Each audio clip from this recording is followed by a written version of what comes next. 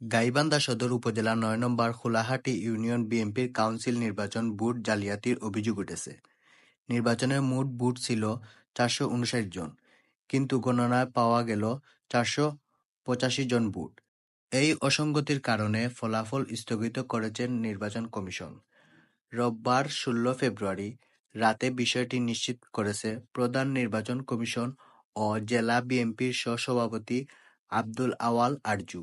তিনি জানান, ভোট গণনার সময় দেখা যায় বৈধ ভোটের চেয়ে ব্যালট বেশি পড়েছে।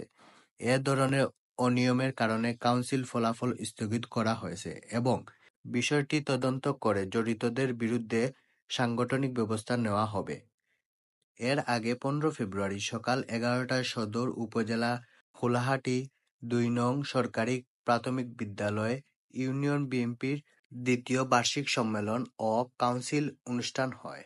খোঁজ নিয়ে জানা গেছে, সম্মেলনের প্রথম অধিবেশন আলোচনা সভা অনুষ্ঠিত হয়। পরে দ্বিতীয় অধিবেশনে শুরু হয় কাউন্সিল। এতে মোট ভোট ছিল ৪৫৯ জন। বিনা প্রতিদ্বন্দ্বিতায় সভাপতি নির্বাচিত হন বর্তমান আহ্বায়ক মোহাম্মদ মোস্তফা কামাল। তবে সাধারণ সম্পাদক সহ অন্যান্য পদ ভোট গ্রহণ অনুষ্ঠিত হয়। ভোট গণনার সময় দেখা যায় মোট ৪৮৫টি ভোট পাওয়া গেছে, যা ভোটারদের চেয়ে সাধারণ সম্পাদক পদে ২৬টি ভোট বেশি। ফলে নির্বাচন নিয়ে বিতর্ক দেখা দেয়।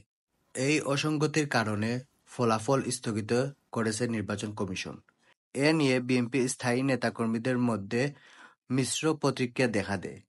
অনেকেই এই ভোট জালিয়াতির ঘটনা ক্ষোভ প্রকাশ করেছেন এবং নিরপেক্ষ তদন্ত দাবি জানিয়েছেন।